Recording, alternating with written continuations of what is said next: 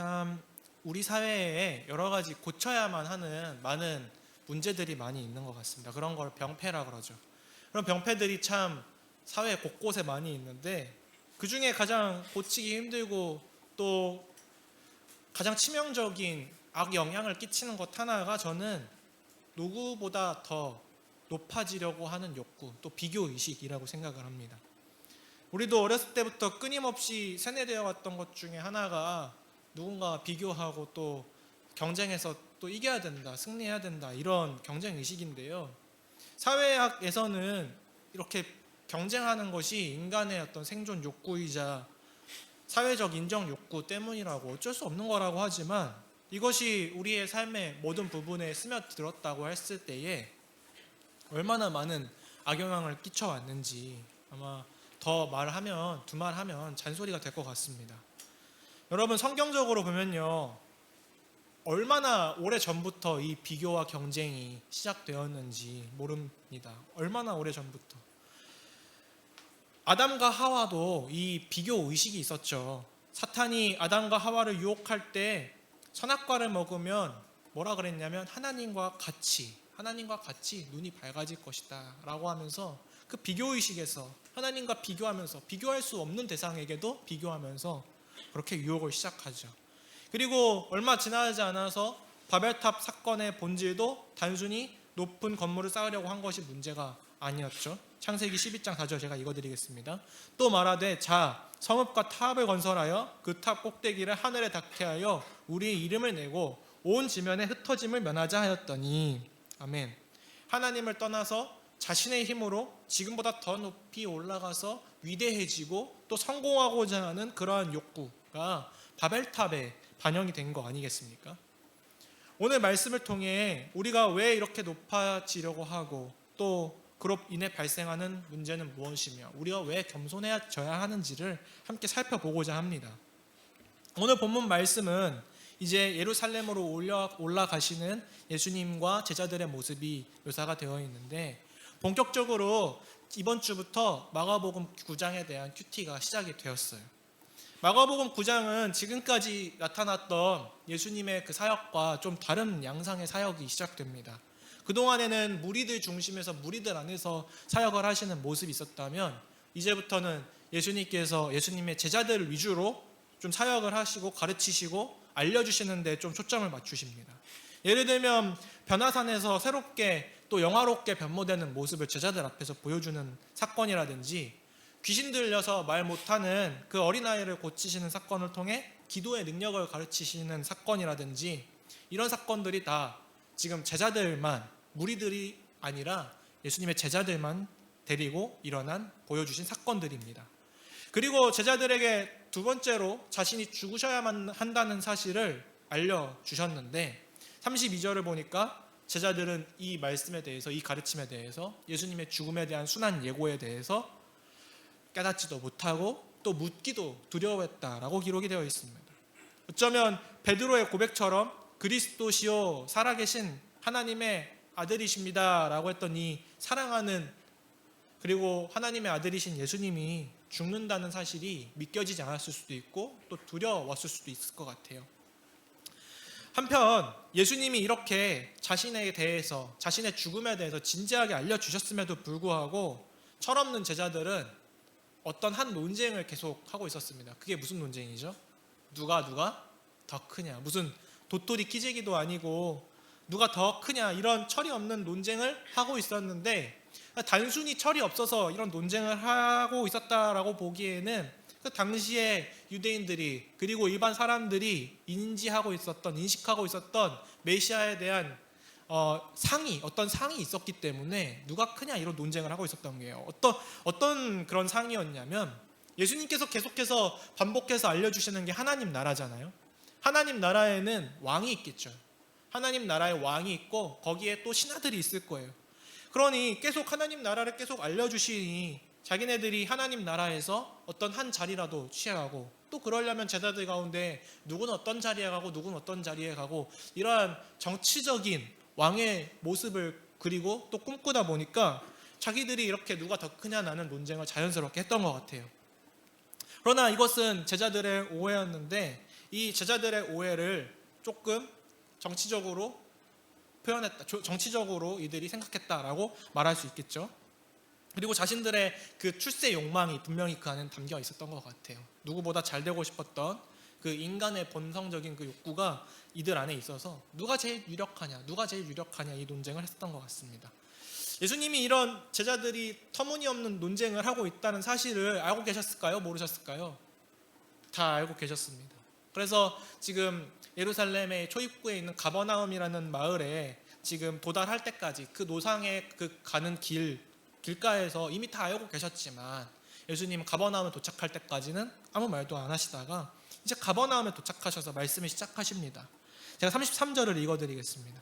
가버나움에 이르러 집에 계실새 제자들에게 물으시되 너희가 길에서 서로 토론한 것이 무엇이냐 하시되 너희가 길에서 서로 토론한 것이 무엇이냐 알면서 지금 물어보시는 거죠. 그래서 이 집은 지금 가버나움의 지금 베드로의 집이라고 추정을 하는데 이 논쟁에 대해서 계속해서 예수님께서 말씀을 하십니다. 35절 말씀입니다. 예수께서 앉으사 12제자를 불러서 이르시되 누구든지 첫째가 되고자 하면 무사람의 끝이 되며 무사람을 섬기는 자가 되어야 하리라 하시고 이렇게 첫째가 되고자 하면 누구든지 끝이 된다라고 하는 그런 가르침을 주시죠. 그리고 나서 이 교육을 어떻게 하시냐면 어린아이를 갑자기 데리고 와서 세우시고 이렇게 말씀하십니다. 37절 말씀입니다. 누구든지 내 이름으로 이런 어린 아이 하나를 영접하면 곧 나를 영접하며 누구든지 나를 영접하면 나를 영접함이 아니요 나를 보내신 이를 영접함이니라 라고 말씀하시면서 이 어린아이를 사랑스럽게 끌어안아 주셨던 그런 말씀이 36절에도 묘사가 되어 있습니다. 이렇게 어린아이를 예수님께서 내세우신 이유가 무엇입니까? 어린아이가 당시에 어떤 존재였기 때문이에요. 어린아이는 인구수에도 들어가지 않고 또 볼품없이 여기는 그러한 시대였기 때문에 그렇습니다. 오늘날에는 어린아이들이 보기도 힘들고 참 귀한 시대인데 이 시대에는 그렇지 않았던 거예요. 그래서 이 어린아이와 같이 작은 사람을 영접하고 또 보잘것없고 볼품 없는 사람을 영접하는 것, 즉 받아들이고 수용하고 용납하고 포용하는 걸 의미하는 거죠. 그렇게 이 어린아이를 영접하는 자가 가장 작은 자를 영접하는 자가 곧 나를 영접하는 자고 나를 영접하는 자가 곧 하나님을 영접하는 자다라고 그렇게 말씀하셨습니다.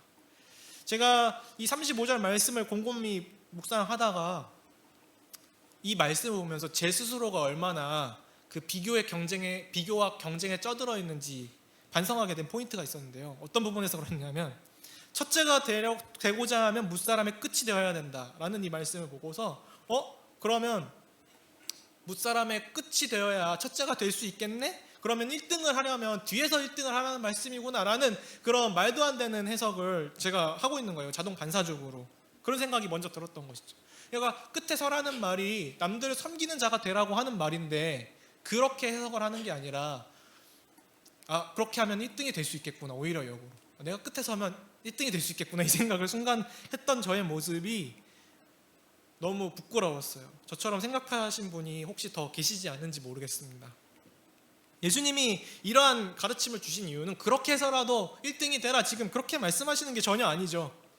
섬김이 얼마나 중요한지 지금 알려주고자 하심인데 그 가르침마저 1등이 되기 위한 방법으로 환원시켜서 해석하는 그러한 죄악된 본성을 제 안에서 찾을 수 있었습니다. 여러분 우리 안에 여러분 스스로 생각해 보세요. 자신 안에 누구보다 더 높아지려고 하는 그 본성이 있습니까? 없습니까?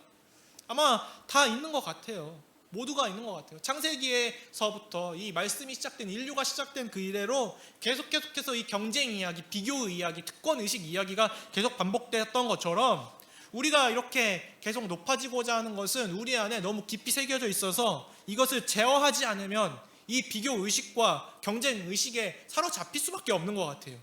문제는 이렇게 높아지려고만 할 때 거기서 끝나는 게 아니라 우리가 우리 자신을 망치기도 하고 또 우리 주변 사람들에게도 피해를 주고 또 주변 사람들을 섬길 수 없다라는 부차적인 문제들이 도미노처럼 발생한다는 게 문제죠. 오늘날 현대인들이 점점 더 정이 없어지고 또 개인주의화되는 그 이유가 무엇입니까?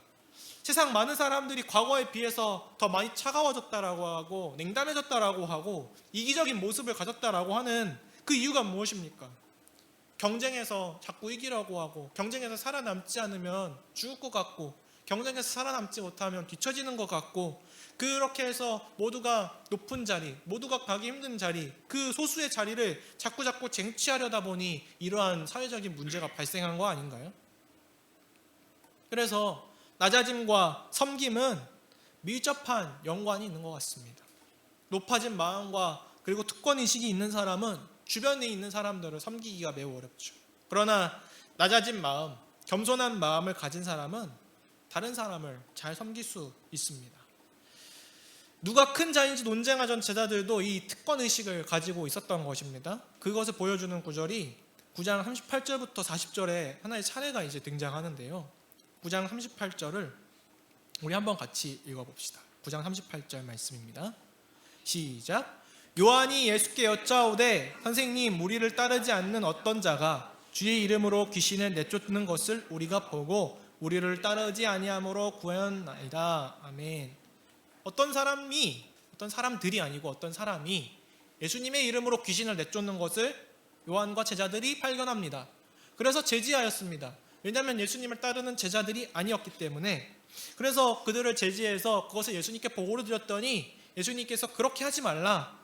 그 이름으로, 자신의 이름으로 능력 행하는 것은 그렇게 하도록 내버려 두라 라고 말씀하시는 거예요. 제자들이 왜 막았겠어요? 자신들이 예수님을 따라 살아가는, 예수님에 따라가는 제자들이 자신들만이 그러한 특권과 그러한 능력이 있다라고 생각을 했기 때문에 막았던 것이죠. 이 내용을 예수님께 말씀드리자 39절에서 40절에서 이렇게 말씀하시는 겁니다. 제가 읽어드리겠습니다. 예수께서 이르시되 금하지 말라. 내 이름을 의탁하여 능한 일을 행하고 즉시로 나를 비방할 자가 없느니라. 우리를 반대하지 않는 자는 우리를 위하는 자니라. 아멘. 제자들이 생각했던 것과는 달리 예수님은 자신의 이름으로 다른 사람들이 권능을 행하는 것을 막으시지 않았습니다. 그리고 오히려 다시 예수님의 이름으로 목마른 사람에게 물 한 잔이라도 떠다 준다면 결코 그 상을 잊지 아니하리라 라고 말씀하시죠. 제자들의 그 특권의식이 틀렸음을 단적으로 보여주시는 사건입니다. 저는 이 특권의식과 가장 연관성이 많은 단어가 배타주의라는 단어라고 생각을 하는데요. 배타주의가 여러분 무엇입니까? 남을 배척하는 그런 성질이죠. 제가 이 정의를 찾아보려고 인터넷에 검색을 하다가 나무위키에 들어가 봤는데 너무 화가 나는 일이 있었어요. 검색을 해서 배타주의를 검색해서 나무위키 이제 설명을 딱 들어가 보니까 거기에 이제 사례들이 쭉 나와 있는데 그 첫 번째 사례에 기독교가 나와 있는 거예요. 그래서 그것을 보고 제가 머리를 망치로 한 대 깡 하고 맞은 느낌이었습니다. 왜 기독교가 이 배타주의의 카테고리에서 제일 먼저 사례가 나와 있느냐, 그런 생각이 들면서 화가 나더라고요. 근데 어느 정도 인정되는 말도 있었고 다행인지 모르겠지만 인정이 안 되는 말들도 그 안에 설명들에 좀 있었습니다. 그래서 인터넷에 있는 정보를 다 믿을 수 없다는 거예요, 여러분. 그런데 특히나 더 생각되는 부분은 이 사회가 얼마나 기독교라는, 우리가 믿는 이 예수 그리스도를 믿는 이 종교를, 우리의 그 신앙생활을 얼마나 좋지 않게 보고 있는지 그 시선이 너무 느껴져서 굉장히 좀 많이 반성하는 마음이 더 많이 들었습니다. 왜 이런 현상이 생겼을까요? 기독교인들에게 이 특권의식과 권위주의가 여전히 남아있기 때문이 아닐까요? 물론 우리에게 배타주의가 필요한 영역도 있는 건 맞습니다. 진리에 있어서 그렇죠. 구원에 있어서 그렇죠.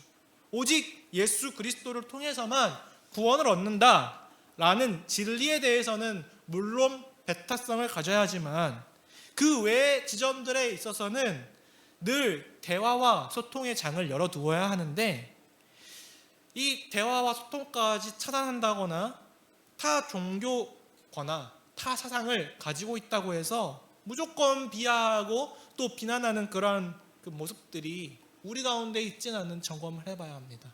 근데 우리나라 국민의 특성상 이 터놓고 이야기하고 격이 없이 얘기하고 그렇게 토론하는 문화가 익숙하진 않잖아요. 그래서 이런 것들이 한국적인 문화 상황과 좀 이렇게 더 겹쳐져서 중첩되어서 이 문제가 좀 기독교의 배타주의가 좀 더 심화되어 있는 그런 느낌이 듭니다. 그래서 우리 사회에 그 깊이 스며들어 있는 이 권위주의가 교회 안에서 제거되지 못하고 또 변질되고 또 더 심화되어서 배타주의가 우리 안에 있지 않은지. 중요한 건 우리 공동체죠. 우리 공동체가 우리 공동체 안에 이러한 특권의식과 이러한 배타주의가 남아있지 않은지 계속해서 점검하고 그것을 계속해서 버리고 계속해서 우리 자신을 낮추는 그 반성의 자세 그리고 겸손의 자세가 계속 우리에게 필요한 것입니다. 오늘 우리의 본문의 말씀을 살펴볼 때 꼭 함께 생각해야 되는 것이 있습니다. 그래서 예수님은 어떤 길을 걸어가셨나? 그래서 예수님은 어떤 길을 걸어가시면서 우리한테 보여주시고 알려주시는 것인가? 라고 하는 것이죠. 예수님은 항상 말로만 교육을 하신 게 아니라 삶으로 알려주셨어요. 그렇기 때문에 예수님이 예수님이신 거예요. 예수님이 그 걸어가신 길을 십자가의 길이라고 말하잖아요. 여러분, 마가복음이 다른 복음서보다 훨씬 더 강조하고 있는 것은 예수님이 비천한 인간의 몸을 입고 이 땅 가운데에 사람의 몸을 입고 내려오셨다라고 하는 것입니다. 그래서 마가복음 1장 1절은 이렇게 시작합니다. 하나님의 아들 예수 그리스도의 복음의 시작이라. 정말 심플하게 시작합니다. 다른 복음서에 비해서 예수님에 대한 정말 간결한 소개를 하는 이유는 다른 족보를 기록한다거나 이렇게 시작하지 않는 이유는 종에게 족보가 있습니까? 없습니까? 종에게는 족보가 없어요. 그것을 강조하기 위함이죠. 그리고 마가복음 안에서 수많은 병자들을 고치실 때에는 특별히 다른 복음서에서는 그 병자들을 직접 만지시거나 그 병자들을 안으신다거나 이런 행위를 하지 않으시는데 그런 장면들이 마가복음에는 굉장히 많이 스킨십들이 노출이 되는 거예요. 예수님께서 스킨십 하시는 대상이 누구인데요? 말 그대로 병자들이고 어린아이이고 여자들입니다. 당시에 정말 낮고 비천하고 사람들이 사람으로 취급하지도 않던 그런 사람들을 예수님은 직접 손으로 만지시고 직접 치유하시고 어루만지셨다는 것은 내가 그들과 같이 되었다. 내가 그들과 같이 함께하고 있다. 내가 그들과 같이 낮아졌다. 나도 그렇게 낮고 비천한 종으로 이 땅에 왔다. 섬기는 종으로 이 땅에 왔다. 이것을 보여주시기 위해서 그렇게 손으로 직접 만져주신 것이죠.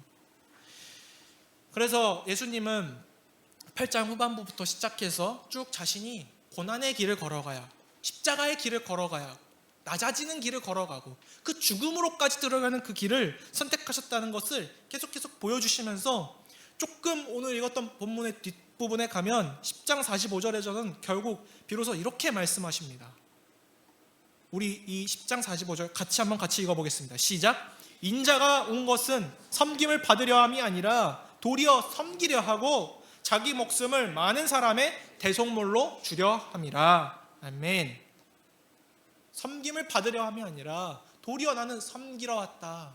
이것을 직접 삶으로 보여주시면서 우리에게도 낮아지는 삶, 섬기는 삶을 우리에게 요청하시는 거죠. 여러분, 사람들이 다 높아지는 길을 선택하려고 하니까 그것이 여러분 너무 옳은 것처럼 보이지 않습니까?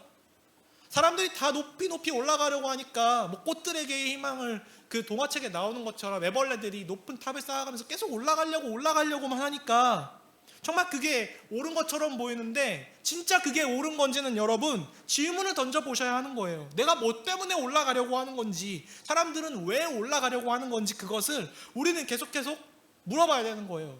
그러고 나서는 그 끄트머리에 올라가서는 아무것도 없는 거예요. 그 의미를 생각하지 않았으면. 성공을 정말 쟁취하면 여러분 정말 행복할까요? 무엇을 위해서 그 성공을 쟁취하려고 하시는 것인가요? 왜 우리는 높아지려고 하는 것인가요? 그 고민을 우리는 끊임없이 해야 하는 겁니다. 제가 어떻게 하면 조금 더 우리가 겸손의 자세를 잘 취할 수 있을까, 이런 내용들을 좀 고민하면서 여러 책을 읽다가 대문호이 시인 G.K. 체스터턴의 그 글을 읽다가 이런 글을 읽었습니다. 제가 읽어드리겠습니다. 한번 들어보세요. 자기가 사는 세상을 키우고 싶으면 스스로 작아져야 한다. 오만한 상상, 고층 건물로 빽빽한 도시, 바람에 휘청이는 첨탑도 다 겸손의 산물이다. 잔디를 밟듯 숲을 밟아 뭉개는 거인들도 겸손의 산물이다. 올려다볼 필요가 없는 성체는 높다고 할 수 없고 우리보다 크지 않은 거인은 거인이 아니니까. 이렇듯 가장 위대한 즐거움이라 할 만한 거대한 상상력 아래에는 철저한 겸손이 깔려있다. 이 글을 읽고 무슨 말인지 한 5분 이상 생각을 했던 것 같아요. 무슨 의미야? 그러면서 어떻게 이런 글을 또 쓸 수 있지? 이런 생각도 했는데요. 여러분 정말 곰곰이 생각해보면 이 글이 굉장히 맞는 말이라는 생각이 들었습니다. 영화 킹콩이나 고질라를 보면 거대한 괴물들이 있잖아요. 그 괴물들을 상상할 수 있는 상상력도 겸손에서부터 비롯할 수 있는 것이고, 또 한편으로 그 킹콩이나 고질라를 볼 때 저는 개인적으로 봤을 때는 물론 악역들로 묘사가 되었기 때문에 그렇지만 저는 행복해 보이진 않았습니다. 그 악역이라는 배역을 떠나서 발밑에 있는 건물들이나 자동차들을 어쩔 수 없이 밟아야 되고 뭐 신경도 쓰지 않지만 그러면서 움직임도 자유롭지 못하고 다 부서지고 다 파괴하는 모습들만 저는 많이 보았어요. 이 상상력을 우리 자신에게 적용해서 앤트맨처럼 나 자신을 굉장히 작게 만들어 본다고 칩시다. 뭐 예를 들어서 내 자신이 무릎 높이만큼 물리적으로 예를 들어 작아졌다 라고 생각하면 여러분 어떤가요? 조금 더 돌아다니는 것도 자유롭고 주변을 볼 때에도 다양한 것들이 보이고 새로운 광경이 펼쳐지지 않을까요? 전 어렸을 때 개인적으로 어떤 장소를 가도 다 너무 신기하더라고요. 어릴 때를 생각해보면 뭐 그것들이 정말 처음이어서 그렇기도 하지만 다 너무 크고 다 너무 재미있고 다 너무 새롭고, 놀이동산에 갔을 때는 뭐 지금은 놀이동산 가면은 전체적으로 지역의 구조가 이렇게 돼 있구나 알지만 그때는 막 그게 그려지지 않을 정도로 막 흥분이 되고 너무너무 재밌었던 그런 어릴 때의 기억이 나요. 교회도 마찬가지고 교회도 너무너무 좋았던 게 어릴 때는 교회가 너무 커서 이곳에 가도 새롭고 저곳에 가도 새롭고 여기 가도 노는 거고 저기 가도 노는 거고, 근데 우리가 너무 많이 커져서 어쩌면 그런 새로움과 그 시선들을 너무 많이 잊어버리지 않았나 싶어요. 우리가 옆에 있는 지체들을 볼 때도 지체들을 더 높게 더 크게 또 새롭게 볼 수 있으려면 우리가 낮은 자세를 취해야 하는 거예요. 허리를 숙여야 꽃이 보이는 법입니다. 그리고 이러한 일을 체스터턴은 진정한 삶의 재미다, 이게 진정한 삶의 재미다 라고 표현하면서 이렇게 마지막으로 말합니다. 겸손이 없으면 어떤 것도 즐길 수 없다, 심지어 교만까지도. 이 말이 굉장히 울림이 있는 말이었는데요. 이 말들을 지금까지 체스터턴의 이야기와 이 비유들을 들으면서 여러 가지 생각과 해석들을 할 수 있을 것 같습니다. 혹시 여러분들 마음 가운데에는 나는 이제 더 이상 비참해질 수 없을 만큼 비참하고 더 이상 겸허할 수밖에 없을 만큼 난 지금 겸허한 상태에 있다 라거나, 나는 태어나기를 너무 천성적으로 나를 자랑하는 것보다 나는 부끄러움을 많이 타고, 우리 교회는 부끄러움을 많이 타는 그 형제 자매들이 더 많아서 더 제가 특별히 말씀드리는 건데요. 만약에 그렇다고 한다면 주변 사람들을 더 잘 품을 수 있는 어떤 내적인 준비가 더 잘 되어 있다라고 생각을 하시면 좋겠어요. 겸손이라는 그 그릇은 교만을 담을 수 있지만 교만이라고 하는 그릇은 겸손을 담을 수가 없습니다. 그래서 교만한 사람 곁에 있으면 주변에 있는 사람들은 굉장히 많은 상처를 받고, 겸손한 사람 주변에 있는 사람들은 언제나 늘 채워짐과 또 섬김을 받는 것이죠. 사랑하는 여러분, 예수님이 거대하게 확대된 자아를 가지고 계신 분이라고 상상해 봅시다. 그러면 여러분 정말 우리도 구원을 받을 수 있으리라는 보장이 있을까요? 우리까지 예수님께서 돌아봐 주시리라는 보장이 있을까요? 그러나 예수님은 그렇게 하시지 않았습니다. 확대된 자아를 가지고 계신 분이 아닙니다. 가장 낮고 비천한 사람들 한 사람 한 사람, 병자들과 죄인들, 어린이와 여자들까지도 찾아가실 정도로 그렇게 겸손하게 겸손의 왕으로 이 땅에 오신 분이십니다. 여러분이 만약 그러한 예수님 앞에 서게 된다면 그 하나님의, 그 예수님의 그 거룩하심과 그 위대하심 앞에 한없이 작아지겠죠. 뭐 제자들이 예수님을 만났을 때 어떻게 했어요? 바로 엎드리잖아요. 그 엎드릴 수밖에 없는 그 예수님의 그 위대하심과 거룩하심이 있단 말이에요. 그 앞에 우리가 서 있다라고 생각해 보면 굉장히 우리가 작아지는 것이죠. 마찬가지로 우리 옆에 있는 지체들을 한번 보십시오. 눈빛을 한번 바라보십시오. 이 지체가, 이 사람, 이 형제가, 이 자매가 곧 예수님이다, 곧 예수님이다 라고 생각하고 대한다면 우리가 어떻게 함부로 대할 수 있겠습니까?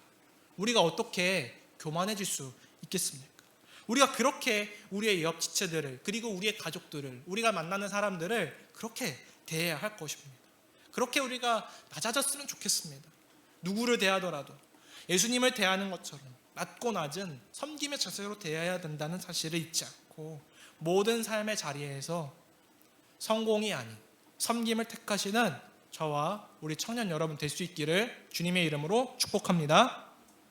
우리 함께 찬양하고 같이 기도하겠습니다.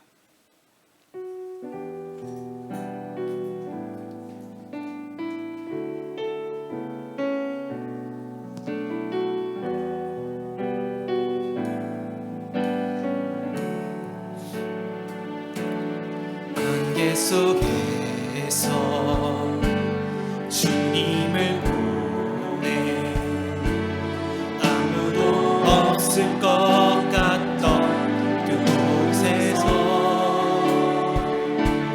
손 내미셔서 나를 붙드네 길 잃고 쓰러져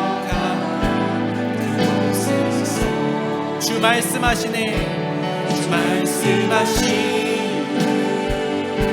내 손잡으라.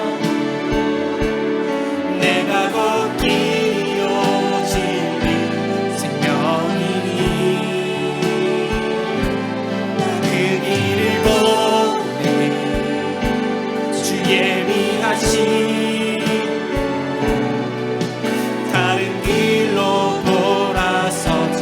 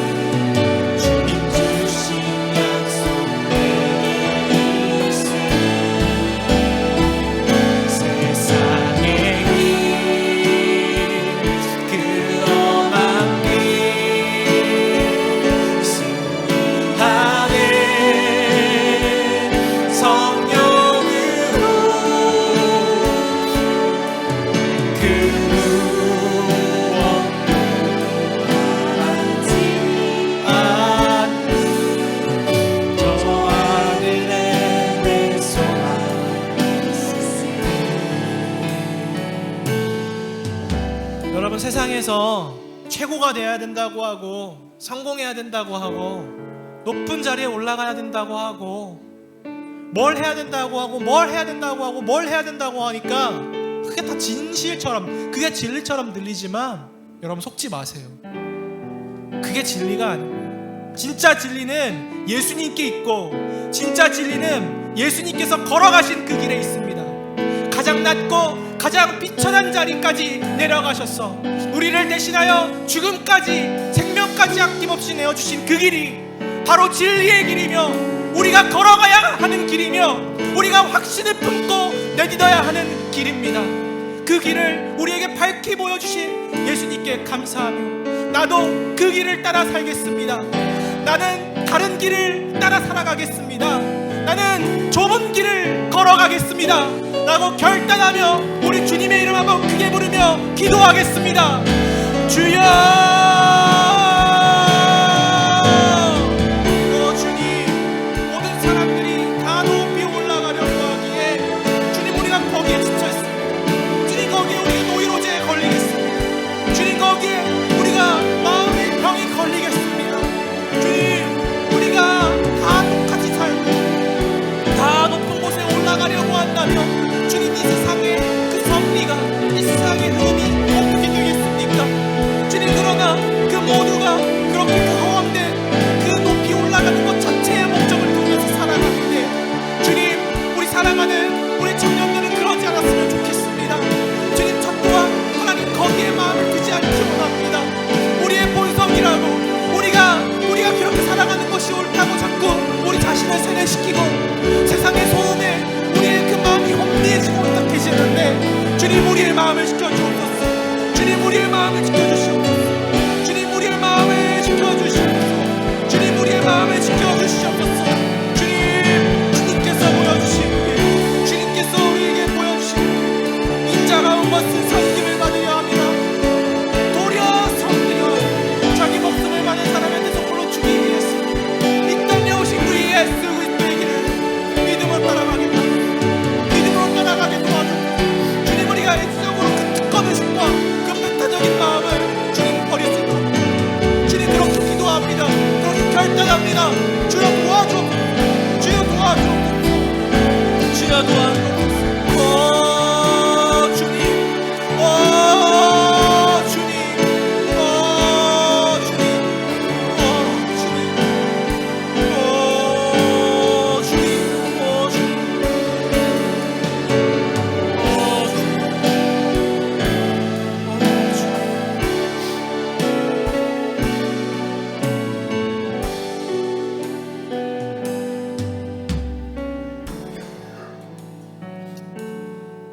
교만한 사람 곁에 가면 상처와 상흔을 입지만 겸손한 사람 곁에 가면 참된 회복과 참된 평안을 누립니다.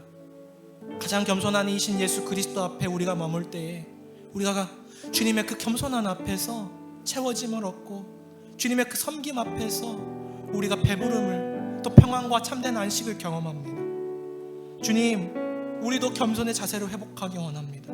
낮아지는 것, 비천한 자리에 기꺼이 들어가는 것, 섬김의 자리에 기꺼이 자원하는 것, 그것은 부끄러운 길이 더 이상 아닙니다.